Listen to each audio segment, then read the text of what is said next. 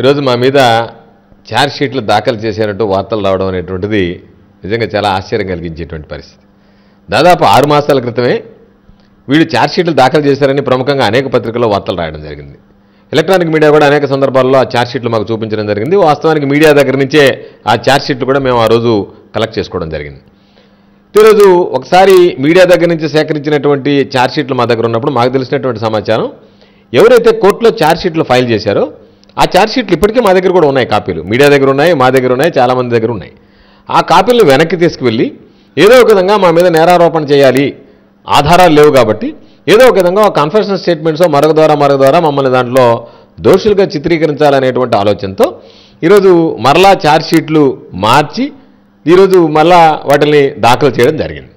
అయితే మేమలా చెప్పేది, ఒకసారి ఒక ఛార్జ్ షీట్ దాఖలు చేసిన తర్వాత ప్రభుత్వం ఈరోజు ప్రతిపక్షంలో ఉండేటువంటి శాసనసభ్యులకు సంబంధించి సిఐడి విభాగం రాజకీయ ఒత్తిడికో అధికార పార్టీ ఒత్తిడికో అధికారానికో లొంగకపోతే ఆ ఛార్జ్ షీట్ దాఖలు చేసినటువంటి ఛార్జ్ షీట్లు వెనక్కి తీసుకువెళ్ళి మళ్ళీ మార్పులు చేర్పులు చేసి మరలా దాఖలు చేస్తుందంటే ఈ ప్రభుత్వం సిఐడిని ఎంత పారదర్శకంగా విధులు నిర్వహించడానికి సహకరిస్తుంది, విధులు నిర్వహించడానికి అనుమతిస్తుంది అనేటువంటిది స్పష్టంగా అర్థమైపోయేటువంటి పరిస్థితి.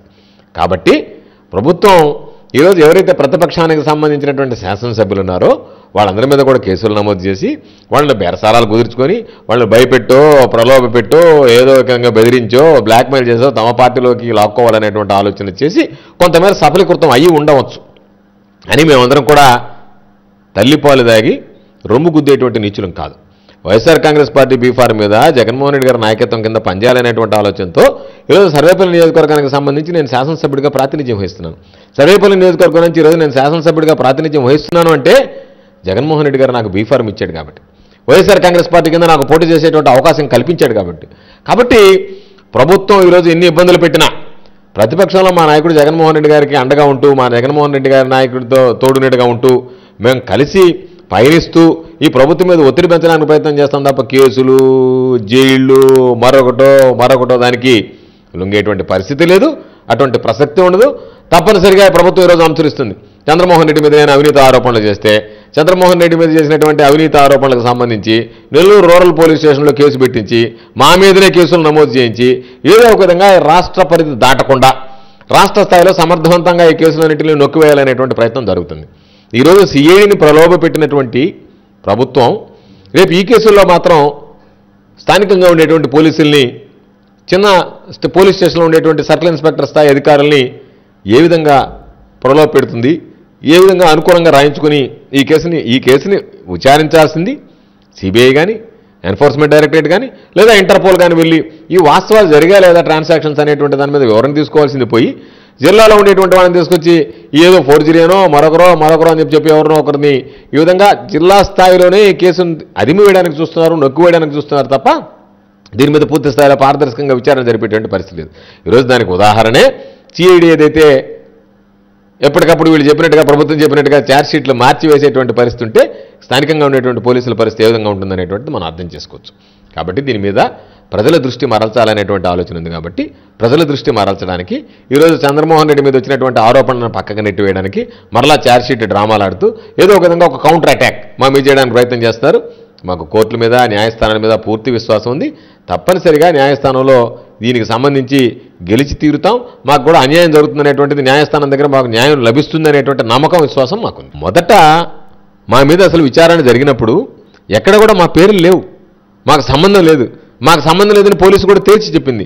పలుమార్లు ఉన్నతాధికారులు కూడా తేల్చి చెప్పిన తర్వాత కూడా ఏదో ఒక విధంగా శాసనసభ్యులకు సంబంధించినటువంటి పేర్లు చేర్చండి అని చెప్పి తర్వాత దాని మీద మళ్ళీ పునర్విచారణ జరిపి నెల్లూరులో జరిగినప్పుడు మరొకటి జరిగినప్పుడు మా పేర్లు ఎక్కడా లేవు, స్థానిక ప్రైమరీ జరిగినప్పుడు తర్వాత మరలా రీఎన్క్వైరీ అని పెట్టి మరొకటి పెట్టి ముఖ్యమంత్రి స్థాయి దగ్గర నుంచి ఏదో ఒక విధంగా శాసనసభ్యుని చేర్పించండి, దాంట్లో చేర్చండి, వాళ్ళని దోషులుగా పేర్కొనండి అని చెప్పిన తర్వాతనే ఛార్జ్ షీట్లో మా పేర్లు రావడం జరిగింది. దాని దరిమిలా ఈరోజు ఛార్జ్ షీట్లో మరికొన్ని మార్పులు చేసి ఈ కేసులు ఎట్టా కూడా నిలబడేటువంటి పరిస్థితి లేదు కాబట్టి వాటిని కాస్త పొదును పెట్టి ఏదో ఒక విధంగా నేరారోపణ చేయాలనేటువంటి ఆలోచనతో ఈరోజు మరలా వచ్చింది. మేము అడిగేది, ఈరోజు మీరు మాట్లాడుతున్నారు, చాలా విషయాలు మాట్లాడుతున్నారు, మాకు స్పష్టత ఉంది అన్ని విషయాల మీద. మీరు మాకు చెప్పాల్సినటువంటిది ఏంటంటే మేము అడిగేటువంటి విషయాలలో ఒక స్పష్టత చెప్పాల్సినటువంటి అవసరం. మీరు ఈరోజు చెప్పినట్టుగా అప్పుల గురించి మాట్లాడుతున్నారు. అప్పుకు సంబంధించి కాల్ డేటా తీసేటువంటి ధైర్యం మీకుందా? ఆ నీతి నిజాయితీ మీకుందా? అప్పు కాల్ డేటా తీయండి. నాకు సంబంధించినటువంటి ఫోన్ కాల్సో మాకు సంబంధించినటువంటి నేనో మరొకరో మాట్లాడినట్టుగా ఉంటే మేము ప్రజా జీవితంలో ఉండడానికి అర్హులం కాదు. మీకు సంబంధించినటువంటి నాయకులు ఎంతమంది ఉన్నారు? నెల్లూరు జిల్లాకు సంబంధించి మీరు బహిరంగం చేయండి.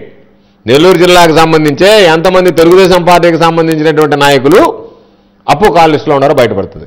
అప్పు విచారంలో ఎంతమంది తెలుగుదేశం పార్టీ నాయకులకు మద్యం సప్లై చేశాడని చెప్పాడు అనేటువంటిది వాస్తవాలు బయటకు వస్తాయి. కాబట్టి అటువంటి వ్యక్తిని సమర్థవంతంగా నిర్మూలించేశారు.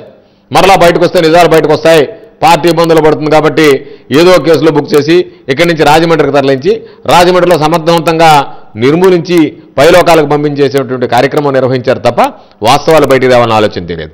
ఈరోజు మీరు మాట్లాడుతున్నారు కల్తీ మద్యం దాకా చాలామంది చనిపోయారని. ప్రభుత్వం మీది, అధికారం మీది.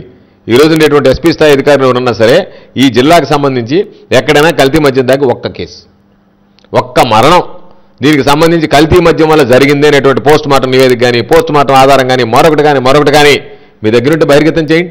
మీ దగ్గర ఉన్న సాక్ష్యాలు బయటపెట్టండి. కేవలం ప్రజల్లో ఏదో ఒక విధంగా మాట్లాడుతూ పోవడమో లేదా దానివల్ల మాట్లాడినందువల్ల ఎదుటివాడిని ఏదో ఇబ్బంది పెట్టాలనేటువంటి ఆలోచన లేకపోతే మరొకటి తప్ప నేను అడిగినటువంటి వీటిలో ఏదైనా సరే మీ దగ్గర ఆధారాలు ఉంటే బయటపెట్టండి. ఈరోజు అధికారం మీ దగ్గర ఉంది, ప్రతిపక్షమే ఉన్నాం.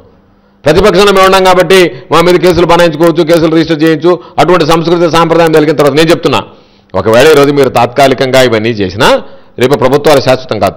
ప్రభుత్వం మారిన తర్వాత మా మీదైనా సరే మీ మీదైనా సరే పూర్తి స్థాయిలో మరలా విచారణ జరిపించాల్సినటువంటి అవసరం ఉంది. మేమే విచారణ కోరుతాం.